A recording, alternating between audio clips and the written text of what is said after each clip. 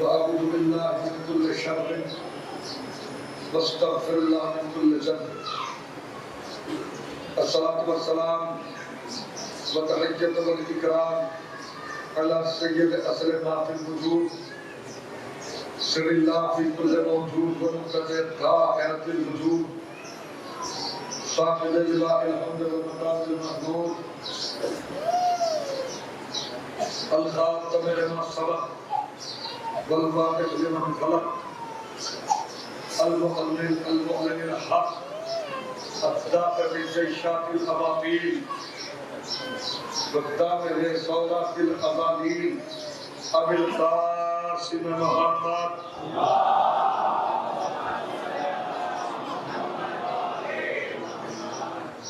وآله الطيبين الطاهرين المنتجبين المنتخبين المظلومين ولعنة الله على أعدائهم وغاسل حقوقهم ومنكر فضائلهم ومنكر سخاوتهم ومنكر شجاعتهم ومنكر سخاوتهم ومنكر بلاغتهم ومنكر شفاعتهم ومنكر کرامتهم ومنكر معجزاتهم ومنكر زيارتهم ومنكر عطشهم أجمعين.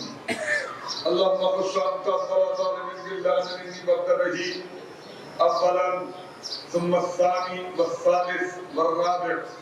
اللهم لمن يزيد خامسا ولمن عبيد الله بن زياد وابن مرجانة وعمر بن سعد والشمر وآل أبي سفيان وآل زياد وآل مروان إلى يوم القيامة. لعن الله بني أمية قاطبة. اللهم لمن أعداء آل محمد من الأولين والآخرين. اللهم لمن الجبت والتابوت. اللهم لمن الجبت والتابوت. اللهم لمن الجبت والتابوت. لعن الله أمة قتلتك ولعن الله أمة ظلمتك ولعن الله أمة سمعت بذلك فرضيت به. أما بعد فقد قال رسول الله صلى الله عليه وآله وسلم من بكى على مصاب الحسين أو تذكر أو جلس في مجلس أو خدم أهل العزاء كأنه زارني على العرش 40 مرة مع علي بن أبي طالب صلى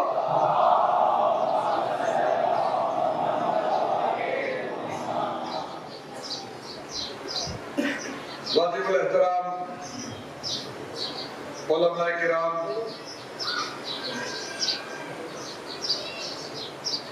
ذاکرین آل محمد شہداء کرام عزاداران سید الشہداء غریب نواز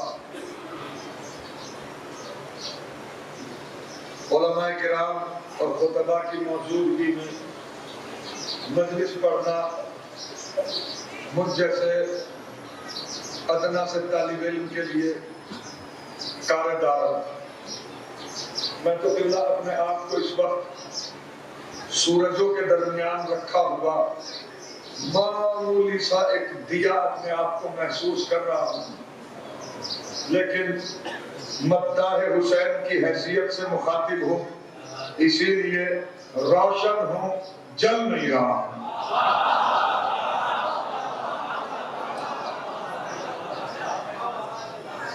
ذرا سا اگر آگے تشریف لے آئیں تو کچھ یہ خلا جو ہے وہ دور ہو گیا.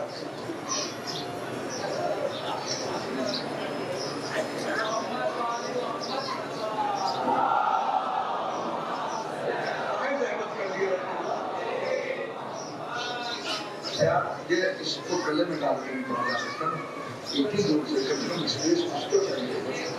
یہ تو پہلے سے دیکھنا چاہیے نا کہ یہاں کالم لگوانا چاہیے تھا آپ کو پہلے سے ہی. اتنے بڑے مجمع کے لیے یہ رینڈملی مائک جو ہے وہ بالکل صحیح نہیں ہوتا. ابھی آپ بھی سنیں گے ہم بھی سنائیں گے، مگر یہ کلیجہ پانی ہو جائے گا سنانے کے بعد. ہاں سب چیزوں کا خیال رکھنا بہت ضروری ہوتا ہے. خصوص مائک جیسی چیز جو ہے اس کے اوپر تو خاص طور سے فوکس ہونا چاہیے باقی آنے پروگرام. سلام پڑھیے محمد والے محمد کو.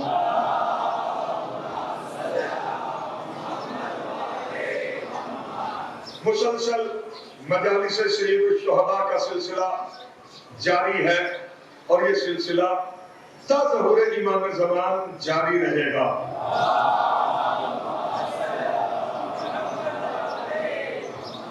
جب ہم نہیں تھے یہ مجلسیں جب بھی تھی اور جب ہم قبلہ نہیں رہیں گے یہ مجلسیں پھر بھی ہوں گی. ان مجلسوں کا وجود ہماری وجہ سے نہیں ہے, ہم ان مجلسوں کی وجہ سے ہیں. متوجہ ہوئے آپ حضرات؟ تو یہ مجلسیں کیا ہے, ان مجلسوں کی کیا منزلت ہے, ان مجلسوں کی کیا اتھینٹسٹی ہے, ان کا کیا تسلسل ہے اور اس کی کیا عظمت ہے, اور مجلس میں شرکت کرنے والوں کا کیا معیار ہے, مجلس میں آنے والوں کی خدمت کرنے والوں کی کیا منزلت ہے, ان کو رسول کی طرف سے اور اللہ کی طرف سے کیا انعامات دینے کا وعدہ کیا گیا ہے اور انہیں کتنی بڑی عزت عطا فرمائی گئی ہے. بس انہی 2 4 5 چیزوں کے ذیل میں مجھے گفتگو کرنا ہے. اگر سننے کے لیے آمادہ ہو اور اس بات پہ یقین ہو کہ جس جگہ مجلس ہوتی ہے اس جگہ جناب سیدہ کونین سلام اللہ علیہا تشریف لاتی ہے, تو بی بی سلام اللہ علیہا کی آمد پہ جس کو جتنا یقین ہے استقبال کے لیے اتنی بلند صلوات پڑھے. آگے آئیے, ہاں میں آگے بولا. ماشاءاللہ سب میرے سامنے آل محمد علیہ السلام کے موالی بیٹھے ہوئے ہیں. علی مرتضیٰ علیہ السلام کو امیر المومنین کہنے والے بیٹھے ہیں اور ان کی ولایت کے قائل میرے سامنے بیٹھے ہوئے ہیں. آئیے جناب.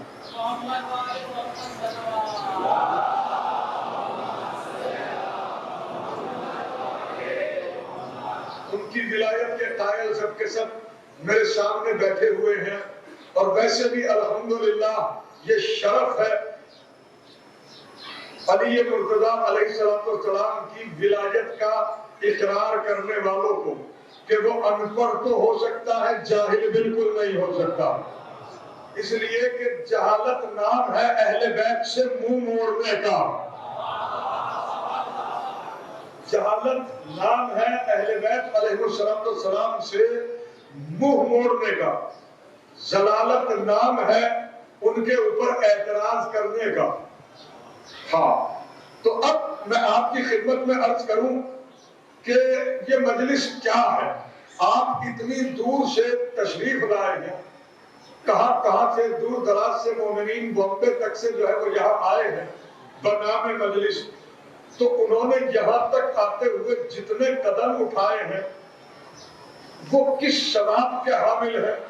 آپ نے یہ مجلس منعقد کی ہے, آپ کی کیا منزلت ہے, اور جو سن رہے ہیں سننے کے بعد فضائل آل محمد سن کے جن کے چہرے کھلتے ہیں ان کی کیا منزلت ہوتی ہے, اور جو حسین کی مصیبت پر روتے ہیں ان کا کیا مرتبہ ہے. یہ ہر انسان یہ سمجھنا چاہتا ہے, ہر آدمی کی ایک جبلت ہے کہ وہ جو کوئی کام کرے اس کے بارے میں اس کو یہ پتا ہونا چاہیے. اس کی کیوریسٹی اور اس کا تجسس یہ ہوتا ہے کہ میں جو کر رہا ہوں آخر اس کے بدلے میں مجھے ملے گا بھی کچھ یا میں ایسے ہی جو ہے وہ کر رہا ہوں. توجہ, اور یہ بات یاد رکھنا کہ ہمیشہ ریاکاری بھی وہی ہوتی ہے کہ جہاں آدمی سلے سے بے خبر ہو. بہت بڑا جملہ کہا ہے میں نے, جہاں آدمی قبلہ ثواب سے بے خبر ہو. ریاکاری اور دکھاوا بھی وہی ہوتا ہے. لیکن جب یہ پتا ہو کہ ہم نے اگر یہ کیا تو ہمیں یہ ملے گا تو پھر آدمی تمام تر دکھانے کی دیواروں کو گرانے کے بعد صرف خلوص ہی خلوص لے کے آتا ہے. تو اب مجلسوں میں آنے والوں کے دلوں کے اندر مزید خلوص پیدا ہو تو خلوص کا میرے عزیزوں نہ کسی نے آج تک معصوم بنایا ہے، نہ خلوص کی ٹیبلیٹ کسی نے ابھی تک جو ہے وہ کسی فارمیسی نے ایجاد کی ہے کہ 2 چمچ سفوف کھانے کے بعد جو ہے وہ اتنے ڈگری اس کا جو ہے وہ یقین ہو جائے یا اتنا اس کا جو ہے وہ خلوص ہو جائے۔ خلوص کا تعلق جو ہے وہ یقین سے ہے، اور یقین کا تعلق جو ہے وہ میرے عزیزوں وہ اسی بات ہے کہ جس پہ آل محمد راضی ہو جائے، اور آل محمد کو راضی کرنے کے لیے عبادات ہے، تمام تر چیزیں ہیں، اور ان کے بتائے ہوئے فرامین پہ عمل کرنا ہے، بہت ساری چیزیں آ جاتی ہیں، لیکن بیس جو ہے وہ یقین ہے۔ یہ ثواب سب کے لیے بھی نہیں ہے، یہ انہی لوگوں کے لیے ہے کہ جن کو یقین ہے۔ تو اب میں کون ہوتا ہوں اس ثواب کا بتانے والا دلہ، اور میری کیا حیثیت یا کسی کی کیا حیثیت کہ وہ جو ہے وہ ثواب کی ایک حد قائم کرے کہ جناب اتنا ثواب ہے اور اتنا ثواب ہے اور یہ ثواب ہے اور یہ ثواب ہے۔ جی نہیں، جس نے یہ جو اس دھرم کا، جو اس مذہب کا پرورتک ہے، جو اس مذہب کا بانی ہے، جسے کائنات عالم محمد مصطفیٰ کے نام سے جانتی ہے، جو ما ینطق عن الہویٰ کا مصداق ہے، جس کے بارے میں واضح طریقے سے پروردگار عالم نے قرآن مجید کے اندر کہا ہے ما ینطق عن الہویٰ ان ہوا الا وحی یوحیٰ، میرا حبیب تو نطق ہی نہیں کرتا جب تک کہ وحی نہ ہو۔ اب یہ نطق کیا چیز ہے جناب؟ میں ابھی مولانا صاحب سے پوچھنے لگوں، گلزار صاحب سے، کہ قبلہ کل دلی جائیے گا؟ انہوں نے گردن سے کہا تو میں سمجھ گیا کہ کل قبلہ دلی جا رہے ہیں، اور اگر یہ کرتے تو پتہ چلتا، زبان سے نہیں کہا انہوں نے، بولے نہیں، لیکن ان کی باڈی لینگویج سے مجھے یہ پتہ چل گیا کہ انہوں نے ایک میسج کنوے کیا ہے جو اس بات پر مشتمل ہے کہ میں جاؤں گا یا نہیں جاؤں گا۔ کیا ارشاد فرمایا پروردگار عالم نے؟ ما ینطق عن الہویٰ ان ہوا الا وحی یوحیٰ، میرا حبیب تو نطق ہی نہیں کرتا جب تک کہ وحی الہی نہ ہو۔ مطلب کیا کہ اس کے بدن کی کوئی حرکت جو ہے وہ بغیر وحی الہی کے نہیں، جس کے بدن کی حرکت کا نتیجہ بھی وحی الہی کے نتیجے میں ہو، وہ رسول مقبول، وہ اول الاولین، ہاں وہ نور اول، وہ مخلوق اول، وہ پیغمبر اکرم، وہ ہادی عالم، وہ کائنات کا رہبر، وہ حیات مستق، وہ زندگی پرور، وہ خدیجہ کا شوہر، وہ فاطمہ کا بدر، وہ مالک الدہر، وہ آثار حیات کے مالک، وہ آثار حیات کے مالک، وہ رسول مقبول صلی اللہ علیہ وسلم کہ جسے الیکشن کر کے نبی نہیں بنایا گیا۔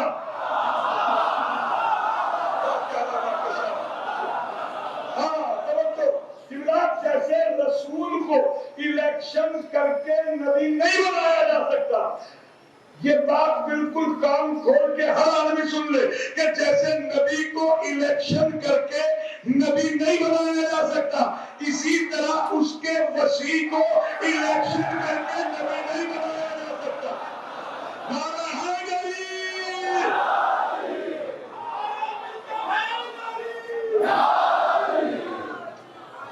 ہاں، جیسے نبی کو الیکشن کر کے کوئی نبی نہیں بنا سکتا، سیم اسی طرح الیکشن کر کے، ہاں یعنی نتیجہ کیا نکلا کہ جیسے نبی منصوص من اللہ ہے، اسی طرح اس کا وسیع بھی منصوص من اللہ ہوگا۔ ہاں توجہ، کیوں؟ اس میں بھی بڑی بڑی باتیں ہیں، اور اس میں لاتعداد استدلال کیے ہیں علماء نے، اور میرے عزیزوں اس پر مشاہدات ہیں، تاریخیں ہیں، معجزات ہیں۔ اسی سلسلے میں رسول مقبول کی ذات کوئی معمولی ذات نہیں ہے کہ اچانک جو ہے وہ وجود میں آئی ہو۔ 1,24,000 پیغمبروں نے جس کے آنے کا اس کی آمد سے پہلے اعلان کیا ہو، اس ذات کا نام ہے رسول۔ کوئی ذرا سا بیدار ہو کے بیٹھیے۔ ہاں 1 کم 1,24,000 نبیوں نے جس کی آمد کا اس کے آنے سے پہلے اعلان کیا ہو، اس ذات والا صفات کا نام ہے محمد۔ اس سے اگلی بات سنیے، یہ تو ہوئی چاہنے والوں کی بات۔ رسول کے جو دشمن تھے ان کو بھی ان کے آنے سے پہلے پتا تھا کہ ایک نبی آنے والا ہے، لہذا 300 سے زیادہ یہودی مکے کے اندر آ کے بس گئے کہ محمد کو پیدا نہیں ہونے دیں گے۔ صاحبان بصیرت سے میرا خطاب ہے، یہ کس کی قوم آ کے بسی ہے؟ حضرت موسیٰ کی، جس نے 150 سال تک قتل عام دیکھا ہے فرعون کے ہاتھوں، کہ وہ چاہتا تھا کہ موسیٰ پیدا نہ ہو، لیکن کمال کی بات یہ ہے کہ انہوں نے دیکھا بھی اور پھر اس بات کے اوپر اڑ گئے کہ محمد کو نہیں آنے دیں گے۔ ارے بے وقوفو، تم اسی بات سے عبرت حاصل کر لو کہ 150 سال تک فرعون نے قتل عام کروایا، لیکن موسیٰ آگے رہے اور فرعون کی گود میں پل کے رہے۔ اب جو آ رہا ہے یہ فخر موسیٰ ہے۔ جب موسیٰ کو کوئی نہ روک سکا، فخر موسیٰ کو کوئی کیا روک سکتا؟ نہیں متوجہ ہو سکے آپ اللہ۔ تو 300 سے زیادہ یہودی آ کے بس گئے تھے مکے کے اندر کہ محمد کو پیدا نہیں ہونے دیں گے، اور کتنی عورتوں کو یہ ارمان تھا، اور ارمان لے کے جو ہے ان کے دلوں کے اندر جب ان کا ارمان پورا نہیں ہوا تو حسد کی آگ میں مبتلا ہو گئی۔ لہذا ایک یہودیہ جو علم نجوم کی بھی ماہر تھی، آسمانی کتابوں کا بھی اسے تھوڑا بہت گیان تھا، لیکن اس کے تحت اس نے یہ پتہ لگا لیا کہ ایک آخری نبی آئے گا فرعون کی چوٹیوں سے، مکہ مکرمہ میں آئے گا۔ لہذا تمنا اس کی یہ تھی کہ وہ محمد میرے بدن سے پیدا ہو۔ ذرا سا متوجہ ہے آپ حضرات؟ سلوات پڑھ کے ذرا سا یقین دلا دیجیے کہ ہاں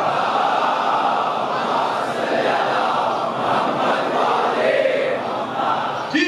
تو اس نے ایک انتہائی شاطر ترین عورت کو بلایا کہ جس کا کام ہی قتل کرنا تھا، اسے بلایا، 1,00,000 اشرفیاں اسے رشوت کی دی، کہا کہ دیکھو مکہ مکرمہ میں خانوادہ بنی ہاشم میں عبد المطلب کا پوتا ہے جو ابھی اپنی والدہ ماجدہ کے درج عصمت میں ہے، میں تمہیں 1,00,000 اشرفیاں دیتی ہوں، 1,00,000 کام ہونے کے بعد یہ خنجر زہرآلود ہے، یہ تیری شطارت اور تیری مکاری جو ہے وہ اس کے اوپر مزید تجھے انعام دوں گی کہ اگر تو اسے دنیا میں آنے سے پہلے پہلے اس کی ماں کے شکم کے اندر قتل کر دے۔ اس نے بھی یہ سپاری لے لی اور پھر پہنچی کہاں؟ مکہ مکرمہ۔ اتنی شاطر اور اتنی زبردست ترین مکار عورت کہ خانوادہ بنی ہاشم میں اس نے سروس بھی کر لی، اور اس کے حصے میں جو سروس آئی، نوکری جو آئی، وہ یہی آئی کہ وہ جناب آمنہ خاتون کے بالوں میں کنگھی کرے۔ حجرے کی تنہائی، جناب آمنہ خاتون سلام اللہ علیہا حجرے کے اندر جلوہ افروز ہے، وہ عورت کنگھا کرنے کے لیے آمادہ ہوئی۔ اس نے چاروں طرف دیکھا کہ کوئی نہ دیکھنے والا ہے نہ سننے والا ہے، جس کام کے لیے آئی ہوں بہترین مناسب گھڑی ہے کہ میں اس کام کو انجام دے کے چپ چاپ یہاں سے چلی جاؤں، نہ کسی کو پتا چلے گا۔ اور اس نے اپنا پورا جو ارادے تھے، اس کے جو پلاننگ تھی، اس کے تحت اس نے آستین سے، سن رہے نا حضرات توجہ، اس نے آستین سے زہرآلود خنجر نکالا، اور خنجر نکالنے کے بعد اس نے جیسے ہی جو ہے وہ اٹھایا کہ حضرت آمنہ خاتون سلام اللہ علیہا کے شکم میں وہ خنجر پیوست کرے، فوراً ایک دیوار پھٹی اور ایک ہاتھ برآمد ہوا جس میں کوڑا تھا، اتنا زبردست اس کے منہ کے اوپر پڑا اور ایک آواز آئی، کہا کہ بدبخت عورت، تو آخری نبی کا قتل چاہتی ہے، حالانکہ اس کا وسیع ہر وقت اس کی حفاظت کے لیے موجود ہے۔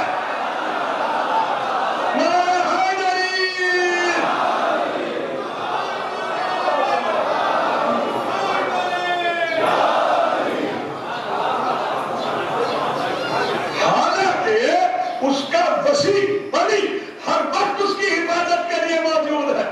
تو نتیجہ کیا نکلا قبلہ؟ جب سے رسول نے جب سے محمد نبی ہے تبھی سے علی ولی ہے، اس کا جانشین ہے. توجہ. تو جب یہ بات طے ہو چکی اور یہ بات بالکل مشاہدے میں آ چکی کہ اس کا وسیع ہر وقت جو ہے وہ اس کے ساتھ ہے، تو ہم دستے ادب جوڑ کے پوچھنا چاہتے ہیں مسلمانوں سے پھر یہ اور کیوں صلوات پڑھو محمد علیہ وسلم پر. یہ بات ہی نہیں. لیکن مجھے پوریاں لفظ استعمال نہ کرنا پڑے، میرے اشاروں پہ چلنے مگر ذمہ دار تم خود ہوں گے، مجھے تو پڑھنا ہی ہے یہاں. صلوات پڑھو محمد علیہ وسلم پر.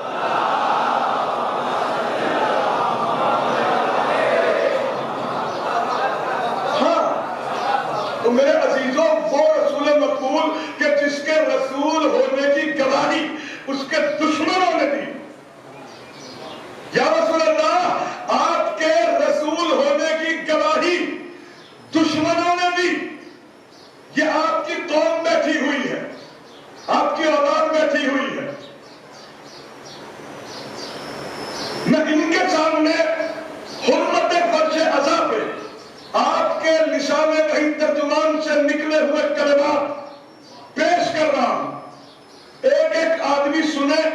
اگر یہ دل کے کان سے سن لے گئے تو بس یہ سمجھ لینا کہ مجلس پوری ہو جائے گی اور ابھی معراج ہو جائے گی سب کو. دعوے کے ساتھ کہہ رہا ہوں یہ بات. جی دعویٰ ویسے ہی نہیں ہے. ان کی نالے علم والوں کو بھائی نازا اپنے علم پہ ناز ہو، زبان زوروں کو اپنی زبان پہ ناز ہو، ادیبوں کو اپنے ادب پہ ناز ہو، قلم کاروں کو اپنے قلم پہ ناز ہو. مولانا صاحب ہمیں ناز ہے اپنے آقا کی نالین پاک پہ. میں کہہ رہا ہوں آپ کے سامنے ہمیں ناز ہے اس پہ، اس لیے کہ ایک لفظ بولنے کا کانفیڈنس نہیں ہوتا ہے. یہ بات یاد رکھنا، جس کو وہ چاہے وہ بولتا ہے. صلوات پڑھو محمد علیہ وسلم.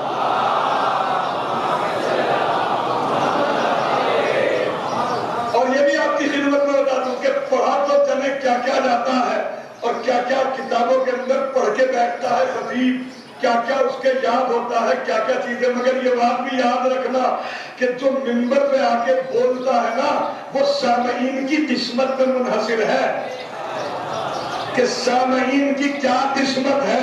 اب یہ دیکھتا ہوں کہ آپ کی قسمت کہاں تک زور مارتی ہے. ذرا سا صلوات پڑھیں محمد علیہ محمد.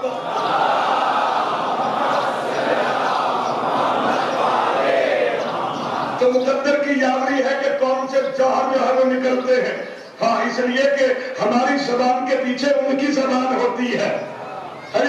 دوسرے یہ کہ آدمی کا اپنا اپنا نصیب ہے کہ کیا گوہر اس کو نصیب ہو اور کیا. چونکہ مجلس چھوٹی سے چھوٹی بھی ہو تو اس کا بہت بڑا ایک اثر ہے. توجہ اور پھر توجہ.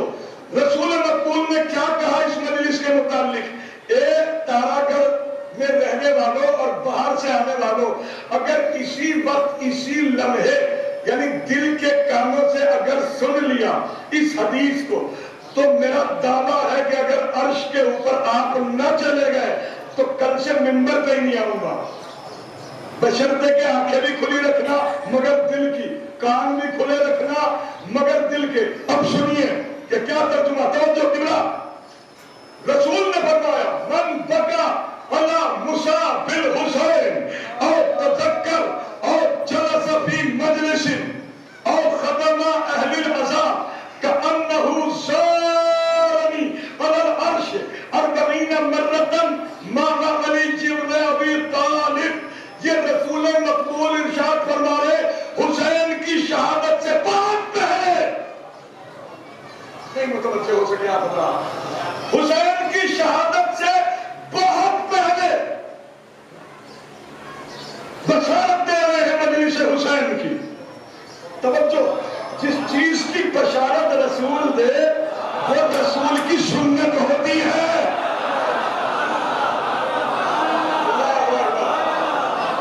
تھکے ہوئے چہرے مت رکھو بھائی. میری طرف ذرا سا بلند آواز سے صلوات پڑھو میری طرف دیکھ کے.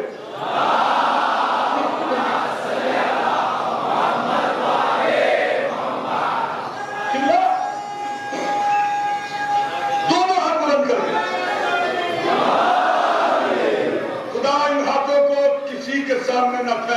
سوائے حسین کے.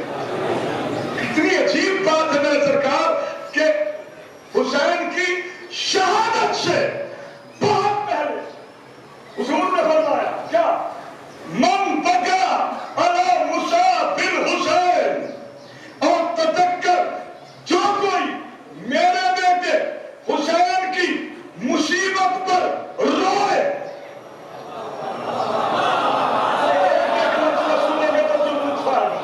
ہاں پڑھ ہی سکتے ہیں ہم، ایسا نہیں کہ پڑھے بھی ہم اور سمجھے بھی ہم.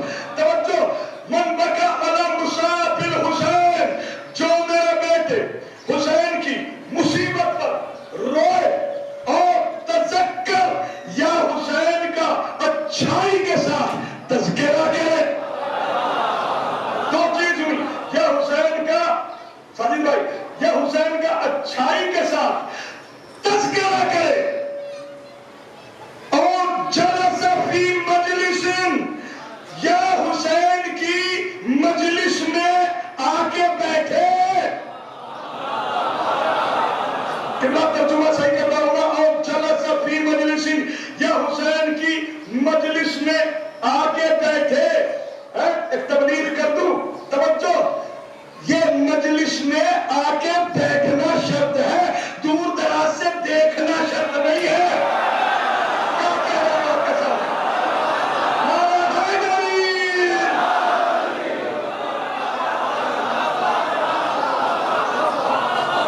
خدا کی قسم نازا بھائی، مجھے عذاب میں آ کے نہیں بیٹھتا بغیر کسی عذر شرعی کے. توجہ، اور پھر توجہ، اور تذکر، اور جلس فی مجلس او خدم اہل العزا، یا حسین کے عزاداروں کی خدمت کرے. وقت نہیں ہے وگرنہ خدمت کس چیز پہ اطلاق کر سکتی ہے یہ بھی بتاتا آپ کے سامنے. جو حسین کے عزاداروں کی خدمت کرے، پانی پلائے، کھانا کھلائے، جس کے بس میں کچھ بھی نہ ہو عزاداروں کی جوتیاں سیدھی کر کے رکھے. اللہ اکبر. عزاداروں کی جوتیاں ہی سیدھی کر کے رکھے، صرف اتنی سی خدمت. کہاں سے لاؤ گے ایسا قدردان؟ حسین جیسا قدردان کہاں سے لاؤ گے کہ جس نے تمہاری کتنی عزت کی. ہاں کیا فرمایا میرے مولا نے کہ جو روئے یا حسین کی مجلس میں جا کے بیٹھے، یا حسین کا اچھائی سے تذکرہ کرے، یا حسین کے عزاداروں کی خدمت کرے. جس نے ان چار کاموں میں سے کوئی ایک کام بھی انجام دیا کبھی بھی کہیں بھی، اللہ اکبر، کبھی بھی. میں تو چھوٹے چھوٹے بچوں کا ذاکر ہوں بھائی، بات بچوں کی بھی سمجھ میں آ جائے وہی زبان استعمال کرتا ہوں. ہاں بڑے بڑے علماء کو آپ سنتے رہتے ہیں، اللہ اہل بیت کے صدقے میں ان کو بھی اور آپ کو بھی سلامت رکھے. جو کوئی حسین کی مصیبت پر روئے، یا حسین کا اچھائی سے تذکرہ کرے، یا حسین کے عزاداروں کی خدمت کرے، یا حسین کی مجلس میں آ کے بیٹھے، جس نے بھی ان چار کاموں میں سے کوئی ایک کام انجام دیا، کأنہ سارنی علی العرش 40 مرتن مع علی بن ابی طالب. بالکل اس نے ایسا کیا کہ جیسے عرش پہ آنے کے بعد مجھ سے اور علی سے 40 مرتبہ ملاقات کی ہو. اس بات کے لیے اگر میں کچھ نہ ہو تو کیسے آ گیا.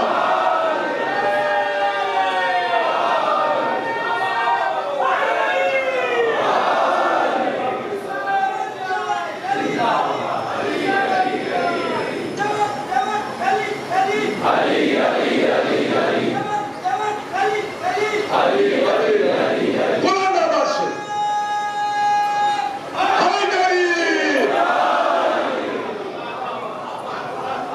متوجہ ہوئے آپ اللہ. کأنہ سالنی علی العرش 40 مرتن مع علی بن ابی طالب. گویا اس نے عرش پہ آنے کے بعد لفظوں کا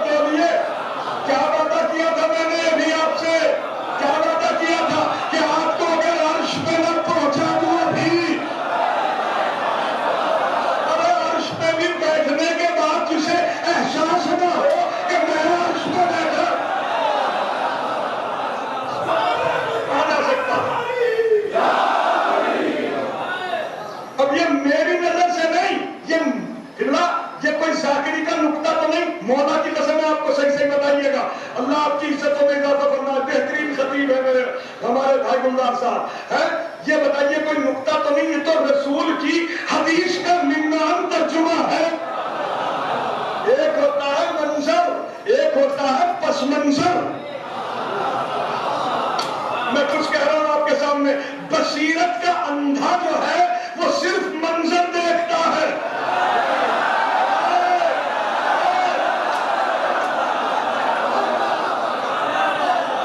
بصیرت کا اندھا, دل کا اندھا ہمیشہ منظر دیکھتا ہے, اور جو صاحب بصیرت ہوتا ہے بس منظر دیکھتا ہے. منظر تو اس کا یہ ہے کہ آپ بیٹھے ہیں, امام بارگاہ میں بیٹھے ہیں, شبیہ ہے, ذریع ہے, محمد مصطفیٰ کے قریب بیٹھے ہیں, فرش ازار حسین میں بیٹھے ہیں. منظر تو یہ ہے, پس منظر یہ ہے رسول کے قول کے آئین میں کہ آپ عرش پہ بیٹھے ہیں.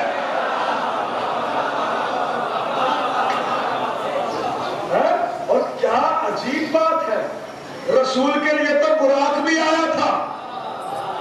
ارے میں کچھ کہہ رہا, براق بھی آیا تھا, پتہ بھی چل گیا تھا کہ عرش پہ جا رہے ہیں, لیکن کیا محبت ہے رسول کو اپنے حسین کے عزاداروں سے کہ تم عرش پہ آ بھی گئے تمہیں پتہ بھی نہیں.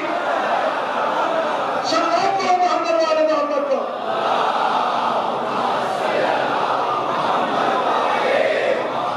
ذرا سی اس کی آواز بڑھائی جا سکتی ہے کیا بھائی؟ ذرا سی بڑھا دیجیے آواز اس کی.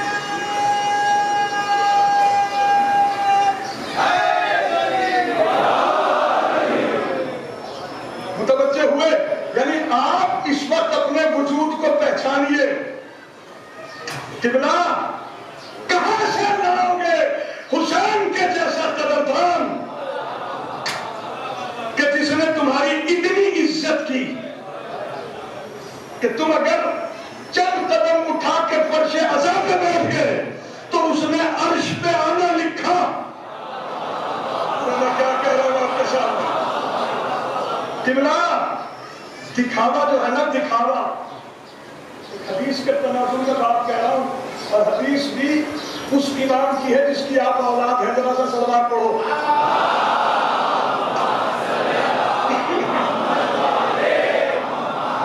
میں ایک بات کہوں, کسی کا ابا اگر جاہل مطلق بھی ہو اور جاہل مختلق بھی ہو,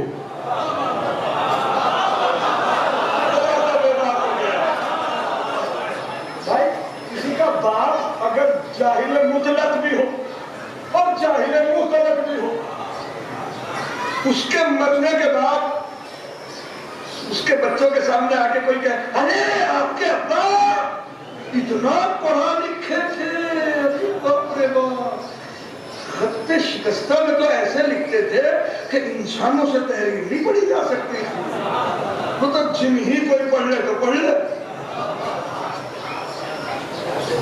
متوجہ ہوا بولا, تو وہ کتنا خوش ہوگا کہ یار اس سے اچھا کون قدردان ملے گا مجھے, میرے جاہل ابا کو پڑھا لکھا بتا رہا ہے اس کے مرنے کے بعد.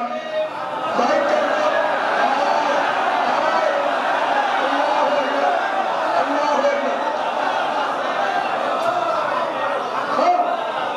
میرے جاہل ابا کو پڑھا لکھا بتا رہا ہے, اس کے مر جانے کے بعد بھائی اس سے بہترین قدردان کون ہو سکتا ہے.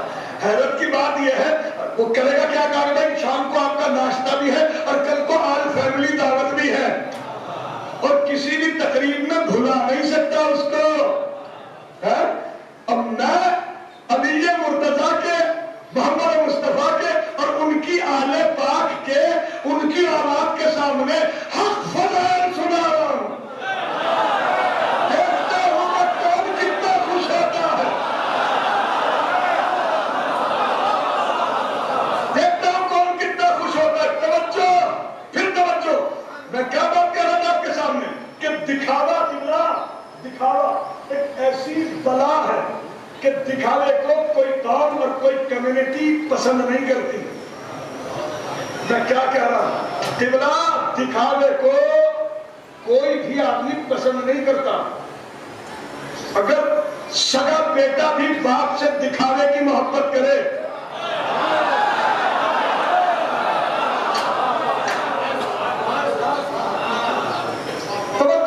بھائی آزاد شاعر ہیں آپ، 10,000 ساتھیوں سے باندھ سکتے ہیں اس بات کو. ساحل اللہ آپ کو اچھا رکھے، اہل بیت کے صدقے میں صحت دے. توجہ، جملہ نظر کر رہا ہوں، دیکھتا ہوں کہاں تک دلوں کے اندر اثر کرتا ہے. یہ دکھاوے کو کوئی پسند نہیں کرتا جملہ ہے، اور دکھاوے کی کتنی شدید ممانعت ہے، شرک کے مترادف ہے دکھاوا. دکھاوے کی محبت اگر بیٹا بھی کرے تو باپ پورے محلے میں شکوا لیے ہوئے پھرتا ہے کہ لوگوں کو دکھانے کے لیے پوچھتا ہے کہ ابا دوا لے کے آ جاؤں گا آپ کی.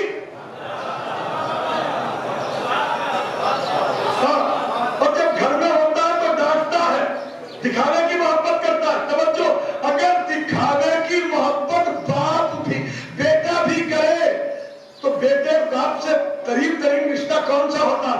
باپ بھی اسے آنکھ کرنے کے لیے تیار ہو جائے. ارے کہاں سے لاؤ گے عزادارو حسین سے بڑا قدردان کہ جس نے تمہیں دکھاوے پہ بھی جنت دے دی ہے.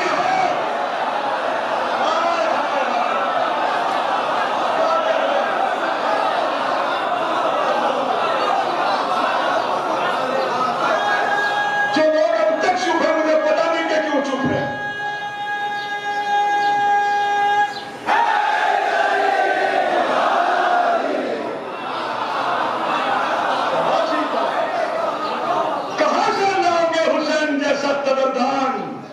کہ جس نے تمہیں دکھانے پہ بھی وجبت لہ الجنہ کا مصداق بنایا.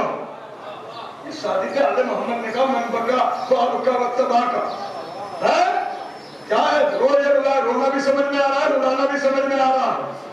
یہ رونے والے کا منہ بنانے سے کیا مطلب ہے؟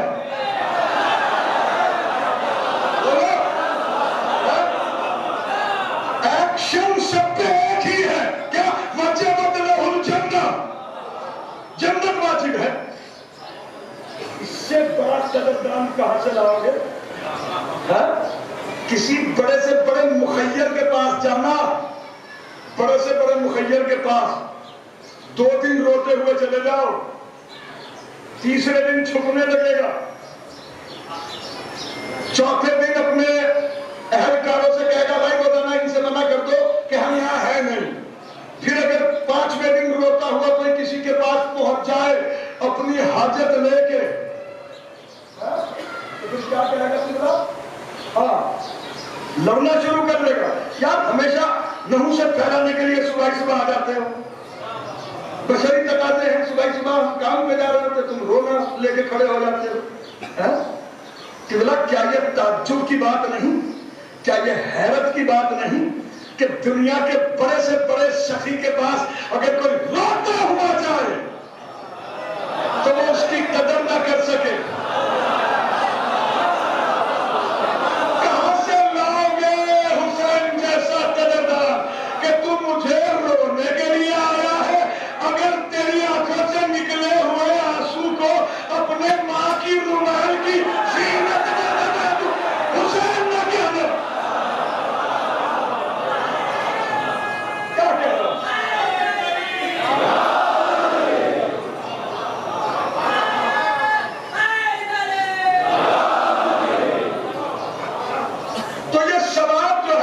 یہ ثواب کأنہ زارنی علی العرش 40 مرتن ماذا علی بن ابی طالب. جو کوئی جس نے یہ کام انجام دیے، رویا یا مجلس میں بیٹھا یا حسین کا اچھائی سے تذکرہ کیا یا عزاداروں کی خدمت کی، کأنہ زارنی، بالکل اس نے ایسا کیا جیسے عرش پہ آنے کے بعد مجھ رسول سے اور علی سے ملاقات کی.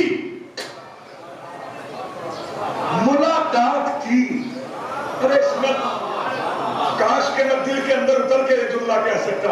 ملاقات کی 1 دفعہ نہیں، 40 مرتبہ، 40 مرتبہ. نہ تھوڑا سا زوم کر کے دکھاتا ہوں اس بات کو. حدیث ہے قبلہ، حدیث کیا ہے کہ اگر کوئی مومن سے ملاقات کرے اور ملاقات کرتے وقت ہاتھ ملائے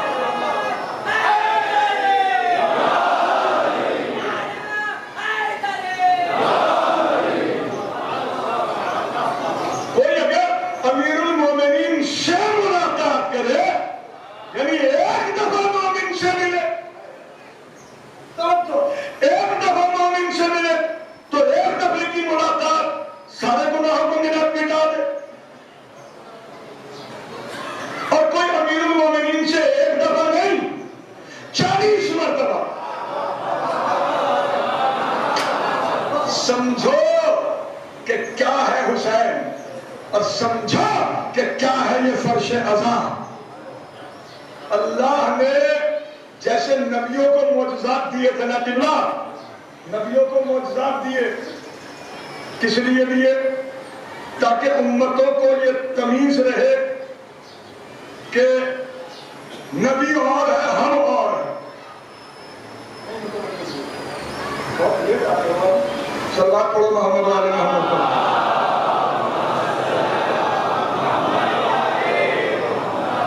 ہاں، یعنی نبیوں کو معجزات دیے.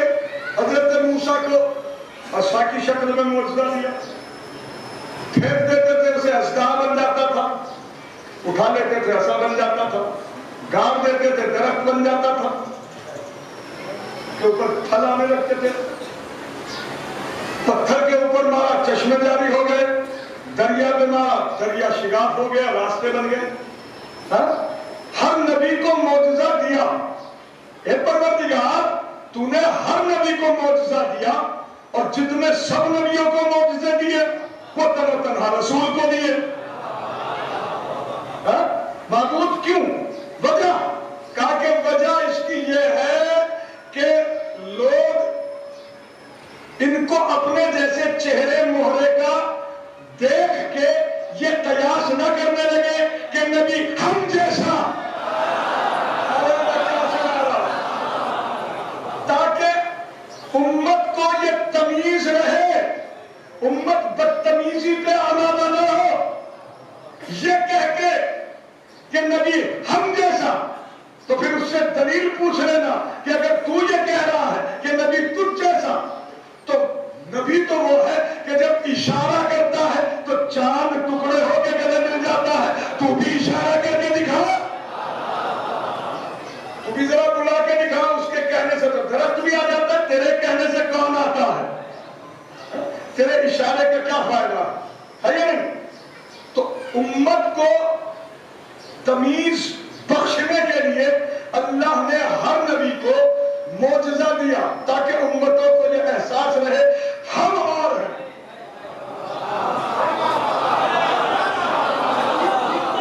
اور کیا صلہ چاہتے ہو عزادار ہونے کا؟ جیسے اللہ نے سارے نبیوں کو معجزہ دیا تاکہ دنیا کی ساری قوموں کو، بنی نوع انسان کو یہ تمیز ہو جائے کہ نبی اور ہے، ہم اور ہیں.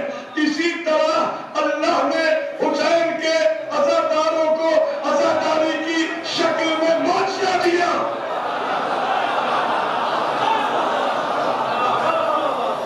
تاکہ امتوں کو یہ تمیز ہو جائے کہ ہم اور ہیں.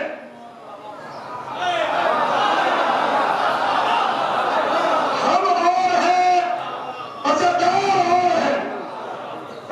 جبلت کا تقاضا ہے، معجزہ اسے کہتے ہیں جو عقل کو عاجز کر دے. اتنی موٹی بات کہوں گا کہ اتنے بڑے اتنے موٹے ذہن کے اندر بھی جا کے فٹ آ سکے. کیا یہ معجزے کی بات نہیں ہے قبلہ کہ دنیا کی ہر قوم مال خرچ کرتی ہے ہنسنے کے لیے، ہر قوم رونے کے لیے؟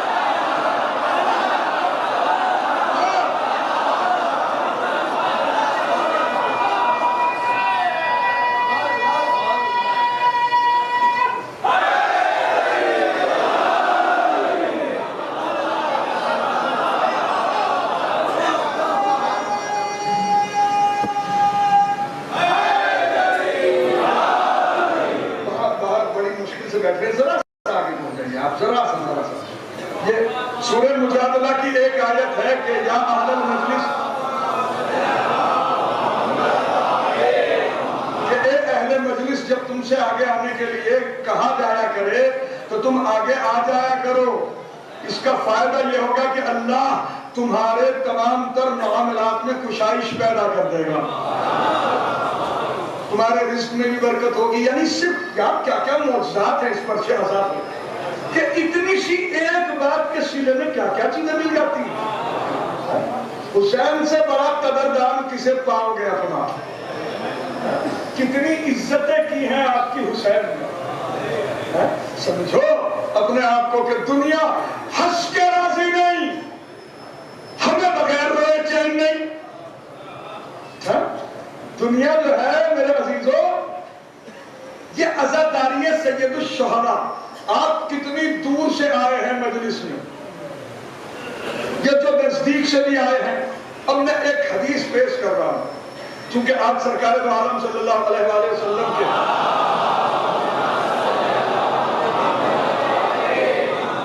وصال کی بھی تاریخ ہے. تو جو لا الہ الا اللہ محمد رسول اللہ علی اللہ کا قائل ہے، اور اگر کوئی آدھے کلمے کا بھی قائل ہے تو کم سے کم رسول تو کامن ہے نا دونوں کلموں میں. ہاں تو اس کی کیا منزل ہے؟ اس کا تو حق بنتا ہے نا کہ آج رسول رخصت ہوئے دنیا سے تو جائے. اور رسول ہی کی بات ہے یہ کہ اس نے گویا عرش پہ آنے کے بعد مجھ سے 40 مرتبہ ملاقات کی کہ جب میں علی کے ساتھ ہوں. ارے یا رسول اللہ یہ کہہ دیتے کہ جب میں حسین کے ساتھ ہوں. یہی بات کیوں کہی؟ کہا کہ سارا مسئلہ تو یہی ہے، کبھی کربلا کے پیچھے جھانک کے دیکھنا.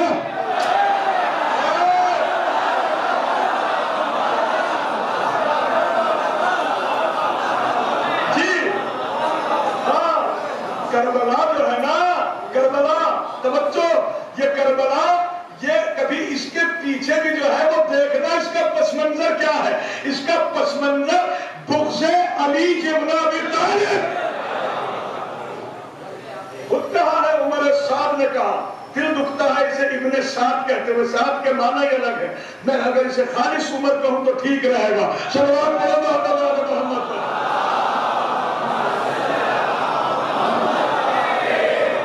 میں سب کے سب اگر مل کے صلوات پڑھیں پھر میں پڑھوں گا.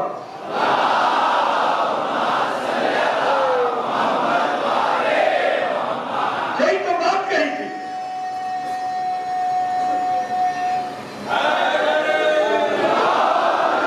جب پوچھا تھا سرکار سید الشہداء علیہ السلام نے کہ بتا ہم نے کیا قصور کیا ہے؟ کہا کہ قصور آپ کا کچھ نہیں.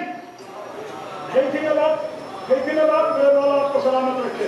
حق بات کہہ دینے میں کوئی پریشانی نہیں ہے. بات تو یہ تھی کہ تو کیوں قتل کرنا چاہتا ہے ہمیں؟ تو اس نے کیا جواب دیا تھا؟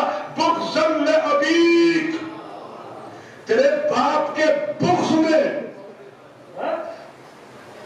کہ جتنی کربلا ہوئی، جتنی لاشیں اٹھائی گئی، یہ علی مرتضیٰ کے بغض میں قتل عام ہوا ہے کربلا میں. لیکن یہ بھی کمال کی بات، کیونکہ تاریخ مصائب الشیعہ کسی نے اگر علی مرتضیٰ کا نام لیا، اتنا میں نے بات کہی ہے رسول کی کہ جو مجلس میں آ کے بیٹھے، رسول نے یہ بشارت دی کہ اس نے عرش پہ آنے کے بعد مجھ سے اور علی سے ملاقات کی. پھر بتاؤ کیا ملاقات کی؟ کس سے؟ علی سے اور رسول سے. ملاقات زیادہ مشکل ہے یا نام لینا زیادہ مشکل ہے؟ فیصلہ کر کے بتاؤ. بتاؤ بھائی، ملاقات کے لیے تو زحمت کرنا پڑتی ہے، نام لینے میں تو صرف اور صرف زبان سے نام لے دیا بات تمام ہو گئی. خدا کی قسم اگر 7ویں آسمان سے اوپر ذہن نہ چلا گیا، بھائی بات تو بھیجنا ہمارا کام ہے، وصولنا آپ کا ہی کام ہے. اب یہ ضروری نہیں کہ ہم جو ہے وہ بالکل ایسا کوئی معجزہ صادر فرمائیں، توجہ کے بھیجے میں دکھائیں ہم ہی نہ. یہ کچھ نہیں، یہ تو مولا سے توفیق مانگنا جو بات سنانے جا رہا ہوں. مگر بات ایسی ہے خدا کی قسم کہ اگر یہ ایک بات قبلہ پکڑ لی تو ولی ہو جاؤ. صلوات محمد علی محمد.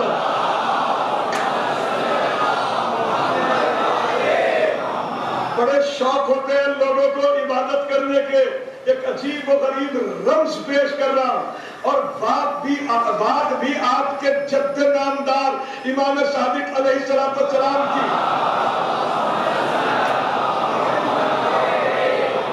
کہی ہوئی بتاؤں گا، توجہ، کأنہ زارنی ولی العرش 40 مرۃ مع علی بن ابی طالب، کہ اس نے عرش پہ آنے کے بعد 40 مرتبہ مجھ سے اور علی سے ملاقات کی۔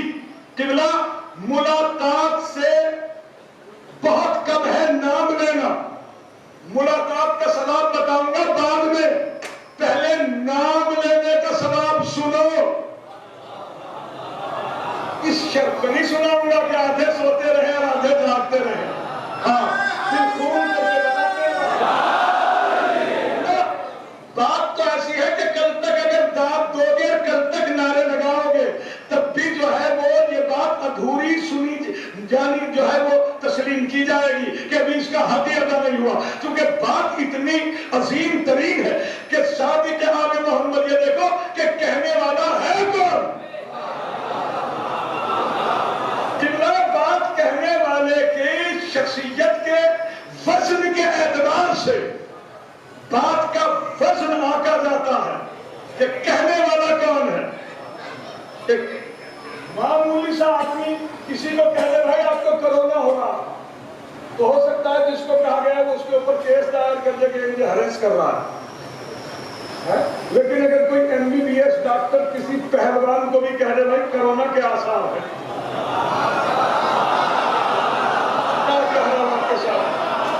تو وہ کم سے کم اپنی گردن کے اوپر جو ہے بھائی ساجد ایک ٹیسٹ تو واجب کرا ہی لے گا، بھائی کیا کہنا ہے یار، ڈاکٹر نے کہا ہے کہیں ایسا نہ ہو۔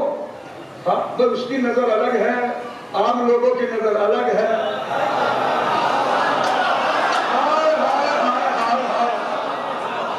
بصیرت کے اندھوں نے جب یہ نام سنا تو انہوں نے تو یہی مقصد کیا کہ کب تک علی علی کرتے رہو گے،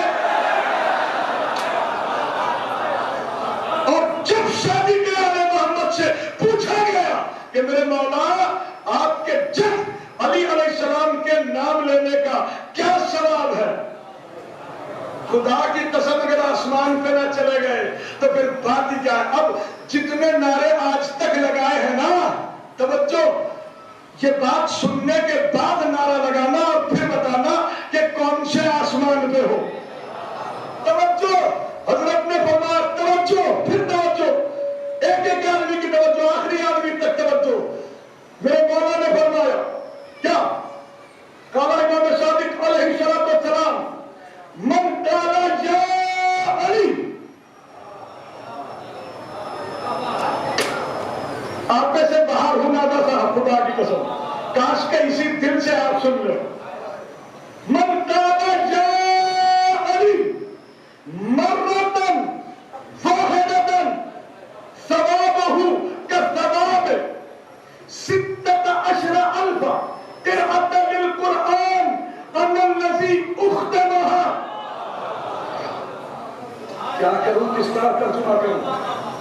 تفسیر پڑھی ہے آپ نے الحمدللہ، قرآن کی ایک آیت اگر کوئی پڑھے آل محمد کی محبت دل میں رکھ کے،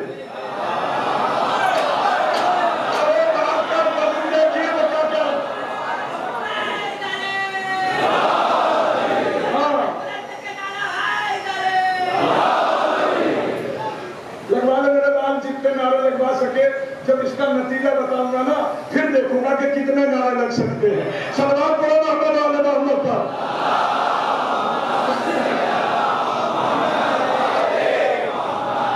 ہاں توجہ، یعنی حدیث ہے قبلہ کہ اگر کوئی ایک آیت پڑھے آل محمد کی محبت اپنے دل میں رکھ کے ایک آیت کی تلاوت کرے، قرآن ہی کی آیت ہے قبلہ کہ بہت سے قرآن پڑھنے والے ایسے ہیں کہ قرآن ان پہ خود لعنت کرتا ہے۔